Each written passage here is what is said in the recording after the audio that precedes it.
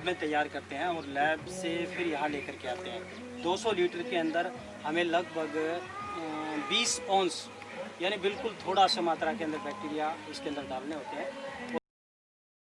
ले जाते हैं गुड़, बेसन और इन सब को लगभग 15 दिन तक इसके अंदर रखते हैं और घुमाते रहते हैं, क्योंकि ये घुमाने से क्या होता है, एक अभिक्रिया शुरू हो जाती है और ये मल्टीप्लाई हो जाते हैं।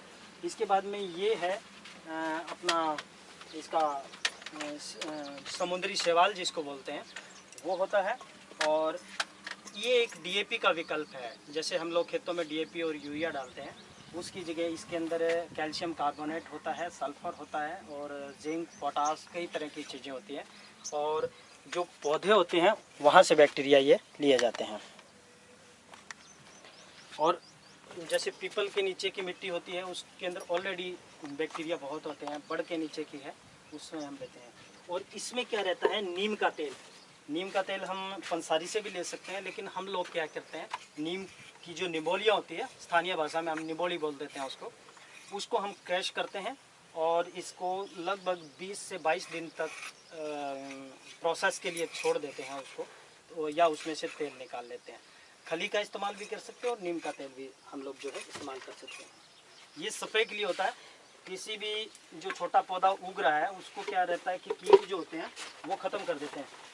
ये जो है इसके अंदर सबसे मतलब स्मेल बहुत ज़्यादा आती है, थोड़ा सा पीछे हो, इसलिए हमने ये ऊपर निकाला हुआ है ताकि ये गैस जो है इसकी अमोनिया जो इसके अंदर होती है वो बाहर निकल जाए।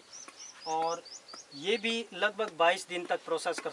अगर कोई पौधा मर रहा है, बिल्कुल एकदम डेड हो रहा है, उस पौधे के अंदर सरसों की खली इसके अंदर जिसको मस्टर्ड बोलते हैं हम लोग, उसका खली होता है और इसके अंदर हम लोग वही बैक्टीरिया हम डाल देते हैं। लेकिन एक अलग से इसमें ये होता है कि गौमूत्र जो अगर फिल्टर किया हुआ मिल जाता है, नहीं तो गौशालाओं में मिल जाता है, उसका हम इस्तेमाल करते हैं। ये जो जमींदारों के बच्चे हैं उनके लिए बहुत अच्छी है।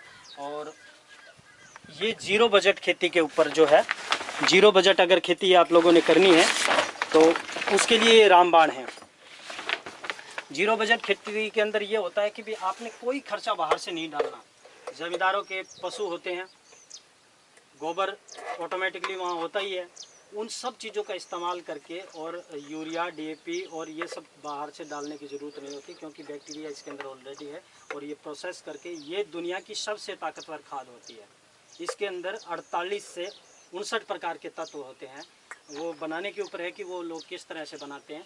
अगर जितना ज़्यादा ये रहेगा, सबसे बड़ी बात ये कि ये चीज़ें ख़राब नहीं होती। और दूसरी चीज़ है उनका एक्सपायरी डेट होता है, इसका कोई एक्सपायरी डेट नहीं होता। जीवाणु है, जीवाणु खाद का हम लोग इसको बोलते हैं घन जीवामृत। ये क्या रहता है कि गोबर, पुराना गोबर का उपला होता है और होता है, उनको हम लोग क्या करते हैं, पानी डाल करके और थोड़ा सा तेज़ धूप में और एक छाया के अंदर इन दोनों चीज़ों को मिक्स करते हैं। अगर वैसे ही घन जीवामृत हम लोग बनाते हैं, ये अष्ट घन जीवामृत होता है और एक होता है घन जीवामृत। वो क्या रहता है कि केचुआ की खाद होती है, बनाते हैं, उसके अंदर पानी डालते रहते हैं और पानी का जो रस होता है, रसायन होता है, नीचे से वो उसमें निकलता रहता है, उसको एक गड्ढे में इकट्ठा करते हैं, उसका इस्तेमाल करते हैं। और गोबर को भी लगातार घोल बना करके रखा जाता है, उसका भी इस्तेमाल करते हैं, क्योंकि उसमें से अमोनिया बाहर आ जाएगी। और जिस चीज़ के अंदर अमोनिया होगी वो साड़ देगा किसी भी चीज़ को, इसलिए अमोनिया को निकाला जाता है, प्रोसेस किया जाता है, उसको हिलाते रहते हैं, अमोनिया बाहर आ जाती है। ये जो है, ये प्राइवेट कंपनियां जैसे होती हैं, वैसे गवर्नमेंट से मान्यता प्राप्त होता है। ये हैबिटेट है, एग्रीकल्चर यूनिवर्सिटी हिसार का होता है, इसमें पोटाशियम होता है। लेकिन क्या रहता है कि ये हम विकल्प के तौर पे लेते हैं, जो किसान भाई, क्योंकि हम लोग 2002 से जो है ये खेती कर रहे हैं, तो इसलिए हमें ज़रूरत नहीं है। लेकिन जो आप लोगों की स्टडी के लिए हम लोगों ने यहाँ रखवाया है इसको, ये क्या रहता है कि जो किसान यूरिया, डीएपी वगैरह डालते हैं, उससे सीधा खेती के ऊपर, जैविक खेती के ऊपर लेके आना है, तो इसका इस्तेमाल करना पड़ेगा आपको। कारण ये रहेगा कि वो अचानक जो खेती है उसकी आदत बनी हुई है यूरिया, डीएपी की, तो क्या रहेगा, ये उसके लिए विकल्प है। इसके अंदर बहुत कम मात्रा के अंदर केमिकल होते हैं, केमिकल होते ही नहीं है, लेकिन ये प्रोसेस करके बनाया जाता है। एग्रीकल्चर यूनिवर्सिटी हिसार जो है वो इसको बनाती है। और ये बैक्टीरिया होते हैं, इसमें 3 प्रकार के बैक्टीरिया आता है। एक तो भूमि के अंदर चला जाता है, तो भूमि को क्या करेगा, नरम कर देगा, और भूमि के अंदर जो पोषक तत्व है ज़मीन के अंदर आपके है उसको मल्टीप्लाई करेगा और नाइट्रोजन में कन्वर्ट करेगा, जिंक, सल्फर और इन सब चीज़ों के जो पौधे को जो खुराक चाहिए उसको ज़मीन से देगा। दूसरा बात, इसको छिड़काव भी कर सकते हैं। तो क्या रहेगा, हवा के अंदर जो पौधे होते हैं वो प्रकाश संश्लेषण अभिक्रिया के जरिए भी कुछ चीज़ें लेते हैं पौधों से, हवा से और सूर्य की रोशनी से लेते हैं। तो ये बैक्टीरिया पत्तों के अंदर जा कर के उनकी अवशोषित करने की क्षमता को बढ़ाते हैं, और जो मिट्टी, धूल, कण पौधों के ऊपर पड़ते हैं उनको खा लेते हैं, खा करके और सीधा पौधों को दे देते हैं खुराक के रूप में। ये शक्ति है।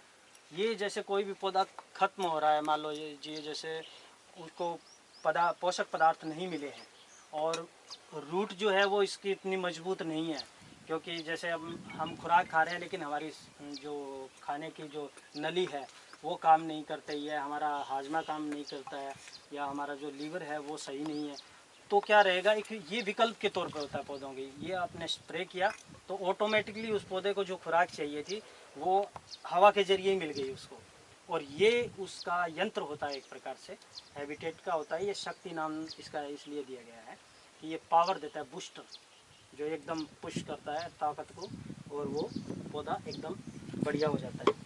ये जिन पौधों के अंदर एग्रीहोमिक मतलब जिन पौधों के अंदर मतलब फल आ रहे हैं लेकिन बढ़ोतरी नहीं हो रही है, क्योंकि जब बढ़ोतरी होगी तभी फल आएगा। ज़्यादा फल अगर लेना है तो फल तो वो पहले ही देगा, लेकिन ज़्यादा ग्रोथ करवानी है तो उसके लिए ये होता है।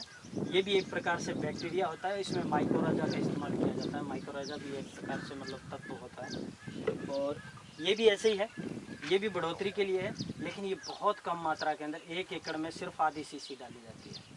ये भी पूरा ऑर्गेनिक है जो भी यहाँ पड़े हैं, ये एग्रीकल्चर यूनिवर्सिटी हिसार ने इन चीज़ों को ईजाद किया है। आइए।